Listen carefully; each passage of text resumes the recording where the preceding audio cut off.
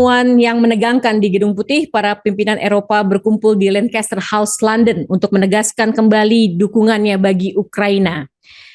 Dengan ketidakpastian Amerika Serikat, apakah Eropa mampu mengupayakan perdamaian di Ukraina? Bang Celi ada di mana? Kayaknya ada di Eropa nih. Di Eropa juga, Bel. Cuma sisinya agak berbeda. Habis ikutan London Summit apa gimana? Mediterranean di Barcelona. Di Barcelona. Eropa juga, Bel. Ngintip summit Eropa Summit. Nah, itu kenapa summit nih nama Bang? Kalau setiap ada pertemuan, kenapa namanya summit? Summit itu kan kalau dalam bahasa Inggris artinya puncak gunung. Jadi pertemuan para pemimpin tertinggi sebuah negara bersama-sama gitu. Istilahnya dari Winston Churchill. Winston Churchill yang kasih istilah. Dia pernah jadi chief diplomat of the British Empire. Jadi dia kasih istilah summit kalau pertemuan. Jadi ini Mel, pertemuan kemarin bagus sekali itu. Eropa Summit, mereka respon cepat terhadap fiasko, terhadap kegagalan atau kericuhan di Gedung Putih pada Jumat kemarin.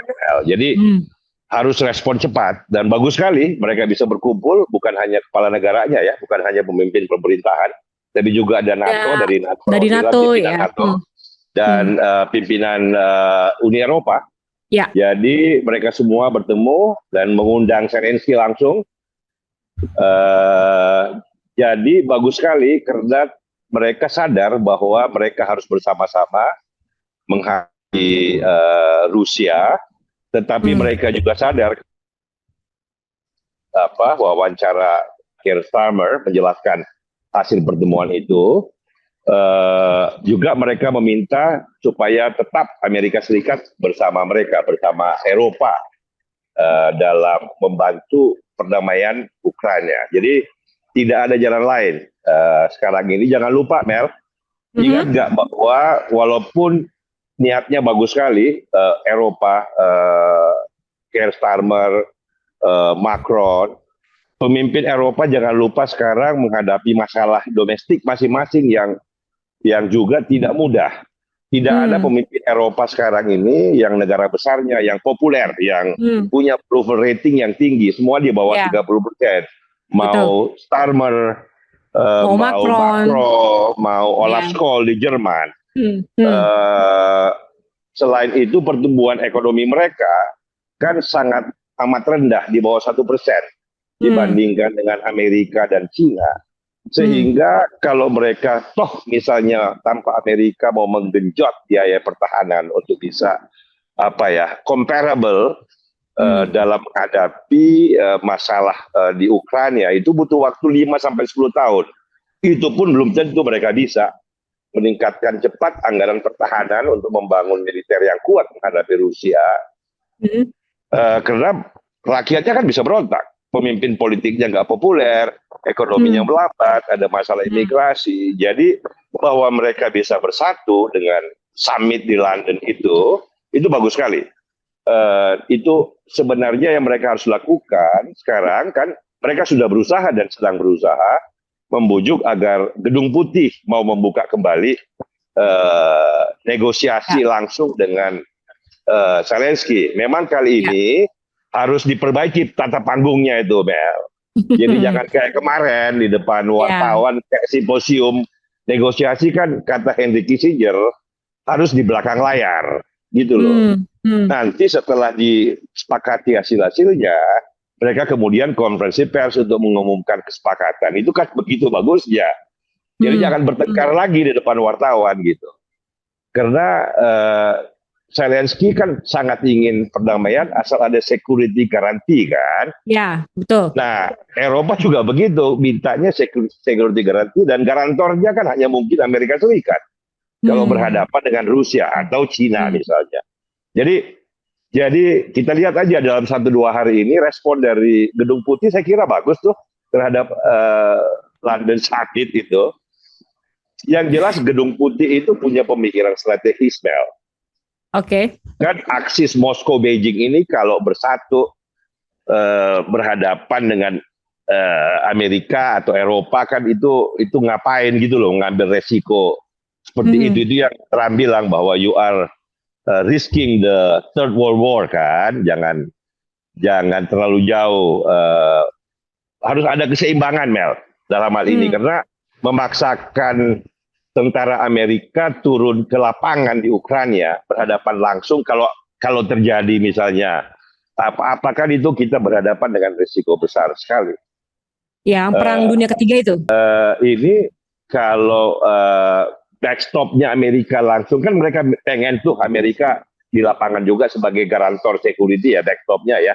Ini yang jadi masalah nantinya gitu. Mudah-mudahan ada mekanisme penyelesaiannya karena yang penting kan Inggris, Keir Starmer sudah bilang bahwa Inggris, Prancis dan negara Eropa mau kok masuk jika terjadi perdamaian untuk menjaga dimanapun batas perdamaiannya Mel.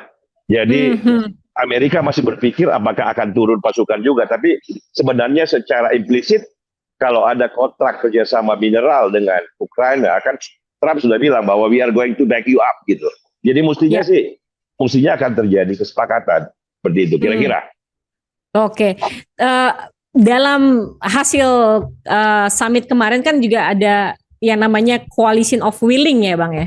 Itu ya, coalition of the willing. Yes, jadi sukarela itu sifatnya. Maksudnya apa Bang? Jadi siapa saja negara yang bersimpati untuk bekerja sama membantu Ukraina gitu. Jadi bukan kewajiban, tetapi coalition of the willing. Saya kira itu istilah yang bagus sekali, kan nggak mungkin dipaksakan juga. Dan untuk yang kemarin itu baru Inggris dan Prancis yang langsung gitu.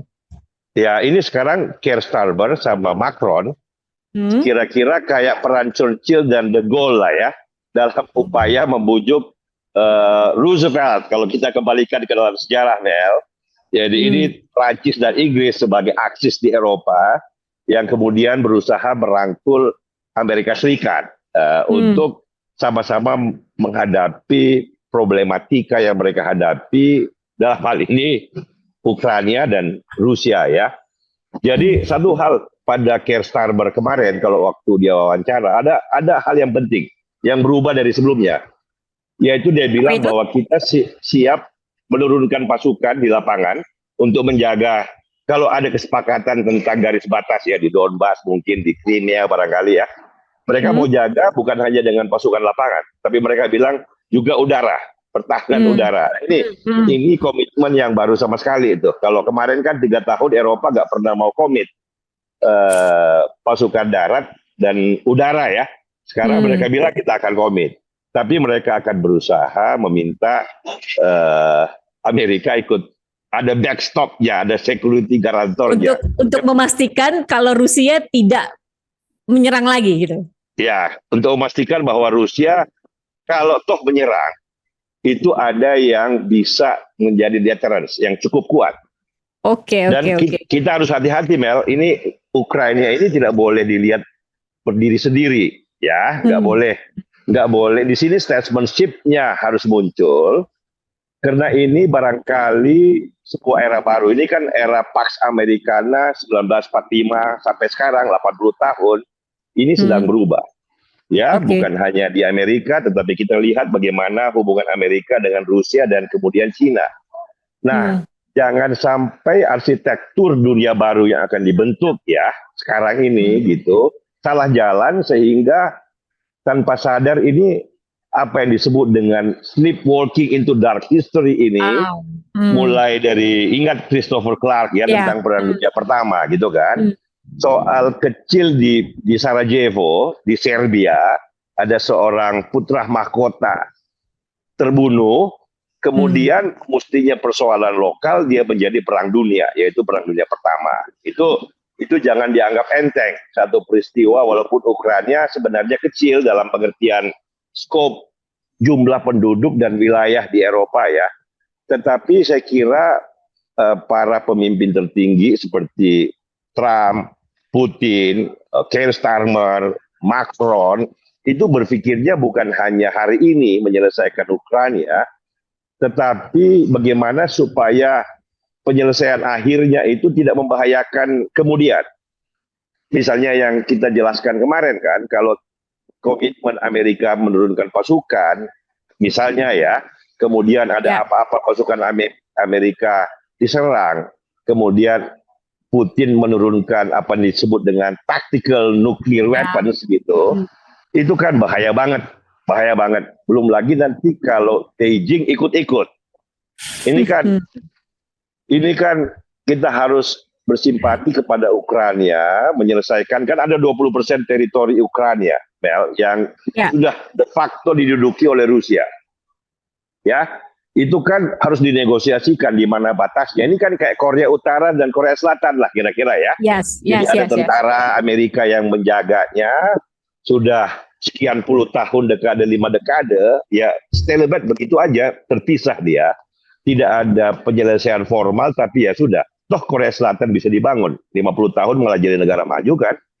Nah kira-kira mungkin ujungnya adalah seperti itulah kira-kira ya. Ada garis demarkasi, nggak mungkin Crimea diambil lagi oleh Ukraina untuk sementara. Jadi kayak dulu pernah ada Berlin Timur, Berlin Barat, Bel. Ya kan, bagi oleh tembok gitu, mau diapain gitu ya. Jadi kira-kira harus hati-hati. Saya kira karena itu jangan main-main dengan bagaimana mengajak perdamaian di Ukraina. Ini harus bagus diterima oleh kedua pihak dengan baik oleh Ukraina maupun oleh Rusia. Bukan lagi mencari siapa yang salah dan benar. Kalau mau berdamai sekarang ini jangan lagi berdebat salahnya Putin apa. Ya, fakta di lapangan mengatakan bahwa sekarang ini ambil dulu ceasefire-nya. Kemudian Eropa masuk sebagai pasukan penjaga perdamaian dengan security guarantor yang implisit di belakangnya itu Amerika Serikat. Nah, itu barangkali jalan keluar yang bagus. Tinggal sekarang Macron sama Keir Starmer itu harus bujuk Trump. Yuk duduk lagi yuk, ngobrol lagi yuk. Tapi jangan depan wartawan, Bel. Dan ada yang emosi kayak gitu lagi tuh. Oke, Bang Celi, ini kan di London Summit itu ada beberapa sudah ada beberapa keputusan lah ya. Itu jadi nantinya keputusan itu antaranya ada minta ceasefire, ada penempatan tadi pasukan Eropa nanti di sana. Di lapangan. Ya. Pasukan di lapangan. Nah, ini nanti yang akan rencananya kan mau dibawa ke Trump. Nah, ini yang bawa ke sana ini Inggris dan Prancis apa Zelensky ya? Kalau menurut saya yang paling bagus ini adalah memang Prancis dan Inggris yang jadi motornya, Keir Starmer dan Macron ya. Barangkali perlu tambah satu lagi, Mel, yaitu Giorgia Meloni. Selain dia yang pemimpin politik paling populer di Eropa sekarang, dia kan approval rating dia di Italia itu kan 40-an%, paling tinggi dibanding Macron sama yang lain. Tetapi juga karena kedekatan hubungan Giorgia Meloni dengan Trump dan kaum konservatif. Ya, dan kan Meloni juga sangat dekat dengan Elon Musk yang sekarang ini menjadi brother in chief dari Donald Trump. Jadi diplomasi kan harus yang gitu-gituan, Mel. Pendekatannya sudah harus pendekatan hubungan pribadi yang enak. Karena ini kan mereka sedang membangun sebuah, bukan cuma Ukraina ini, membangun sebuah arsitektur baru geopolitik di Eropa dan di dunia. Ini jangan main-main dengan persoalan Ukraina. Seperti saya bilang tadi, walaupun dia kecil, ini kan setelah Perang Dunia Kedua sampai sekarang 80 tahun, Pax Americana udah berubah. Ini barangkali tahun-tahun awal di mana arsitektur baru geopolitik dunia ini lagi dirumuskan. Jadi memang bagus sekali itu kalau dari Eropa bersatu ya. Di samping semua persoalan mereka ada ekonomi, imigrasi, para pemimpinnya tidak populer di kalangan rakyatnya sendiri. Problem penyelesaian Ukraina ini bisa menjadi impetus baru gitu. Bukan hanya dalam geopolitik ya, tetapi juga bagi negara-negara Eropa sendiri. Kan seperti tadi kita bilang bahwa kalau mereka sadar bahwa mereka harus berdiri, ini istilahnya Macron itu strategic autonomy ya. Jadi harus ada otonomi strategis ya dari Amerika Serikat ya, supaya mereka sebagai satu kesatuan juga mampu mempertahankan diri mereka sendiri. Itu bagus buat Eropa, bagus buat Amerika, dan bagus buat dunia. Dan itu kan juga Trump sering bilang kepada mereka kan bahwa sudah saatnya Eropa juga mampu berdiri di atas kekuatan sendiri. Pastilah Amerika. Ini kan historic relationship dengan apalagi dengan Inggris kan. Itu pasti. Tetapi bagus juga kalau mereka yang berdiri di garis depan dalam menyelesaikan masalah di Eropa, khususnya di Ukraina saat ini gitu. Dan itu saya kira bagus sekali. Jadi bagusnya memang Macron, Keir Starmer itu dan Meloni barangkali ya duduk lagi sama Trump dan kemudian mempersiapkan bagaimana Zelensky kemudian berhubungan kembali dengan Trump dalam suasana yang harus diatur supaya diplomasinya jalan. Ya, dan Meloni sendiri kan di KTT yang kemarin itu justru dia menyarankan alternatif lain, yaitu dibuatlah KTT lagi di summit antara Uni Eropa dan Amerika. Bagus, itu bagus sekali. Itu Meloni itu briliante, harus kayak gitu. Jadi summit, ya ini kan Churchill lagi kan, summit puncak gunung. Malah kan Farid Zakaria sambil bercanda bilang bahwa Zelensky kemarin di White House itu harusnya bilang kepada Trump, jangan lupa Trump ini bukan pribadi, dia perwakilan dari, suka apa gak suka sama Trump, dia perwakilan dari Amerika Serikat yang selama 3 tahun terakhir membantu paling besar Ukraina dalam berhadapan dengan Rusia. Dia harus datang, kata Farid Zakaria sambil bercanda kepada Trump dengan mengatakan, Pak Trump, Mr. President, saya membawa buat Anda bintang penghargaan tertinggi untuk dari warga rakyat negara dari rakyat Ukraina buat Presiden Amerika Serikat sebagai terima kasih kami 3 tahun di backup gitu. Jangan aja berdebat.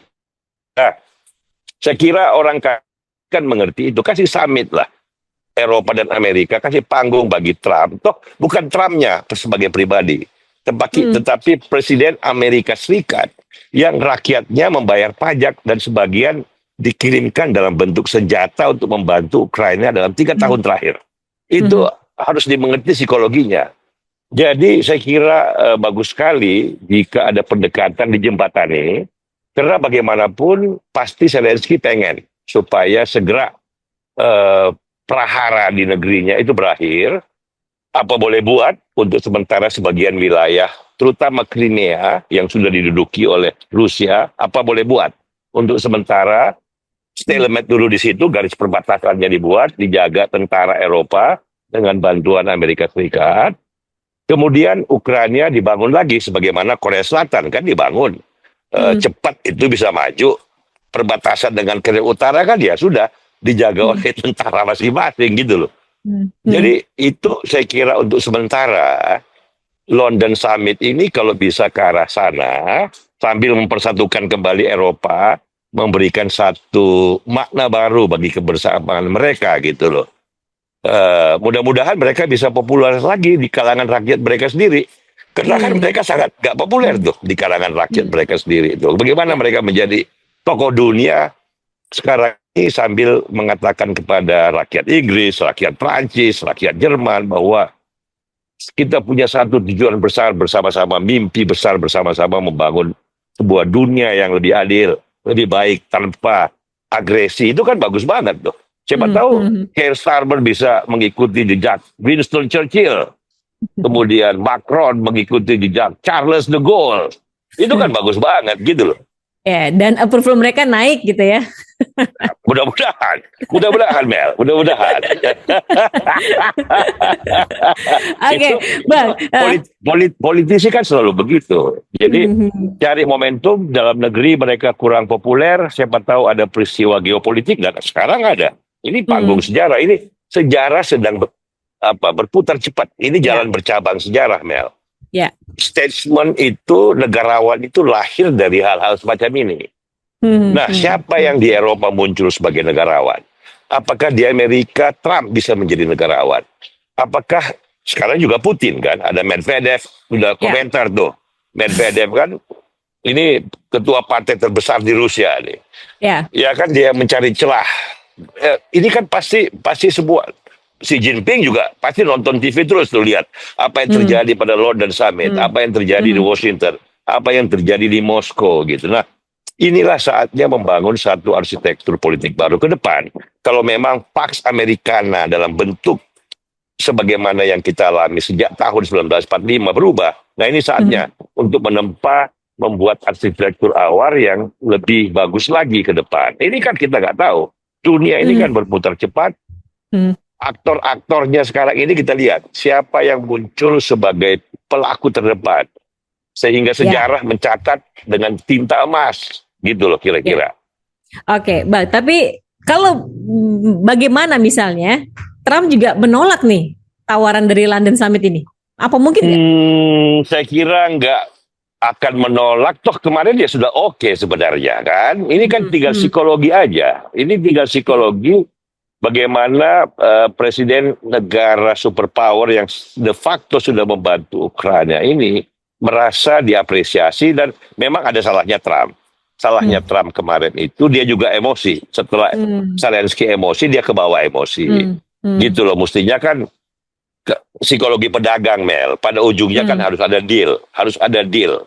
Deal itu, kalau orang kayak Trump itu dia pengen deal dan dia pengen disebut orang yang berjasa. Ya sudah, kasih aja sebutan itu. Yang penting bukan Trumpnya kan. Kekuatan Amerika sebagai superpower. Dengan kemampuan persenjataan yang hanya mereka yang bisa menjadi deterrence bagi kekuatan seperti kekuatan Rusia.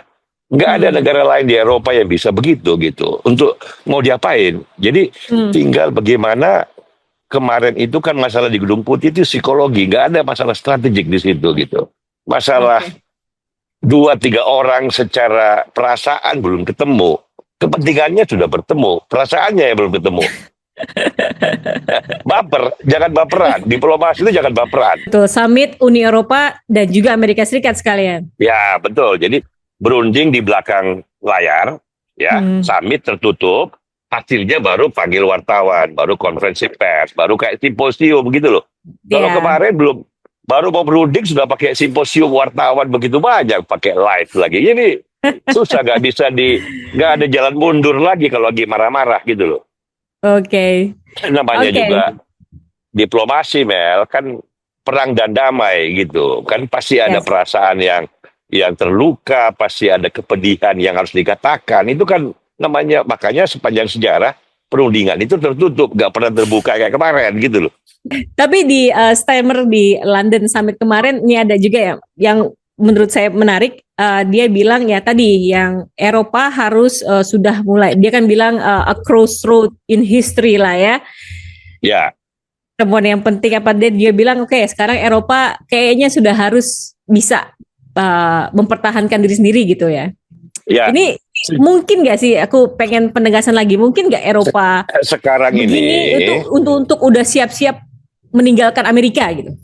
Nggak bisa, Mel, secara fiskal maupun secara militer. Kalau mereka toh mau bersikap independen terhadap Amerika, butuh waktu 5-10 tahun untuk membangun militernya dengan anggaran besar.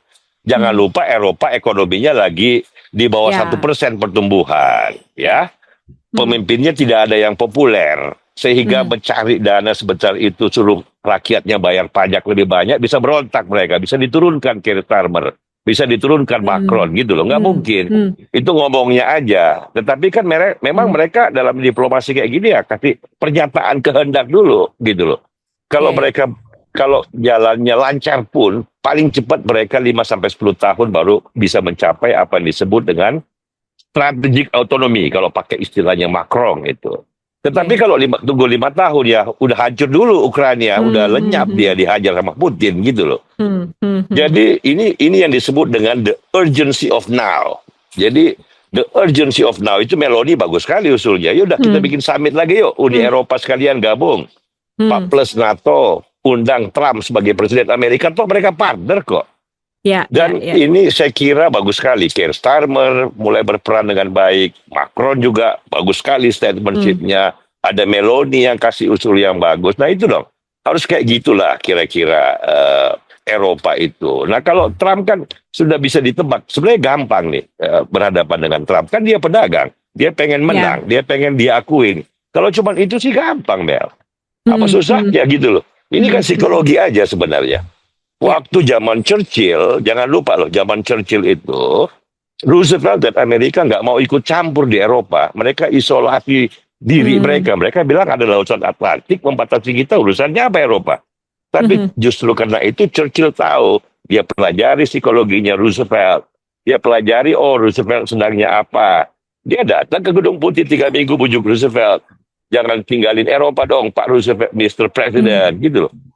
Nah, apa yang dilakukan oleh para pimpinan Eropa sekarang yang harus belajar dari cara Churchill, pelajarin tuh Presiden Amerika.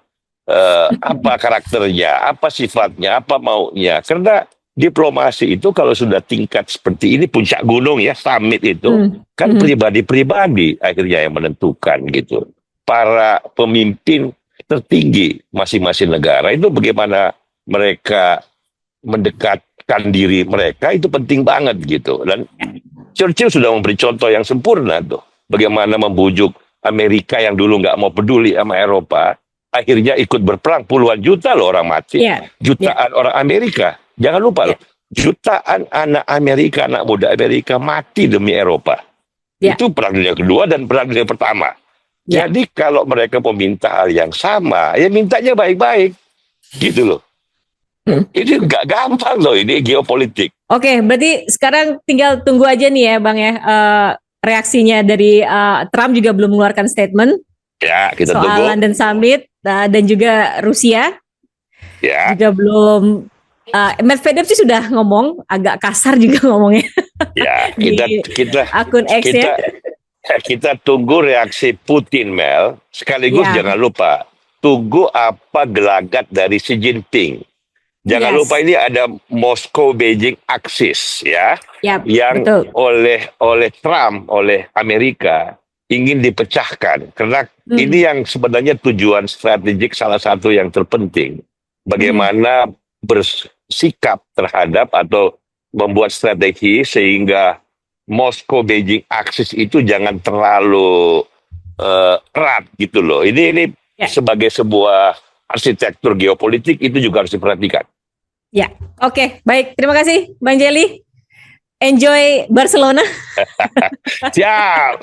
Oke, demikianlah Top News Freedom Institute. Sampai jumpa.